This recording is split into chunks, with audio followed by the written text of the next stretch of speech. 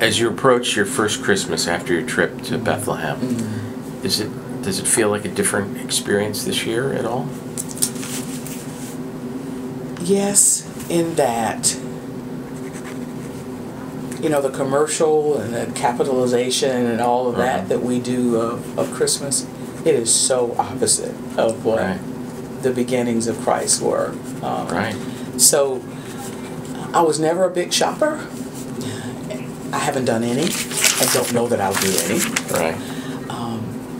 I will also say that it makes me know that I've got to do more for those who are on the margins of life.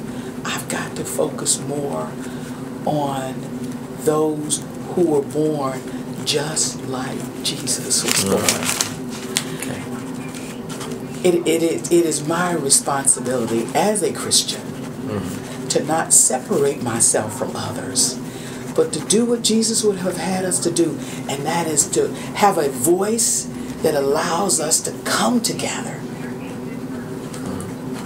and to make sure that I do everything in my power to help those who are the least of these. I think that is one of the most incredible gifts that can be given to anybody. When you think about a family who has a baby, that's an incredible gift.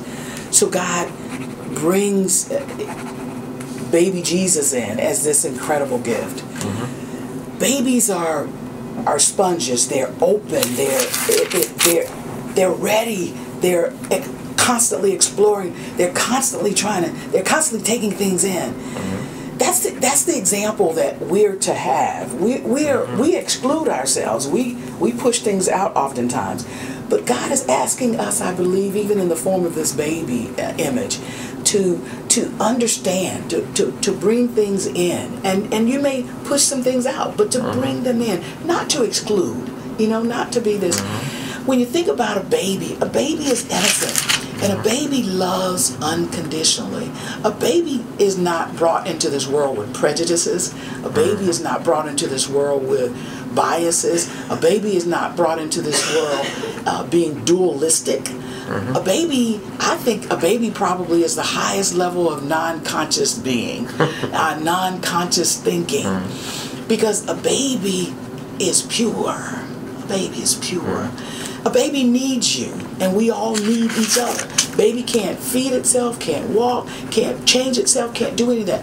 We need, as babies need, right? We need each other. We need each other. And babies are vulnerable. And we become less vulnerable as we grow older. And the things of the world start to impact us. I read something recently that children smile about 300 times a day.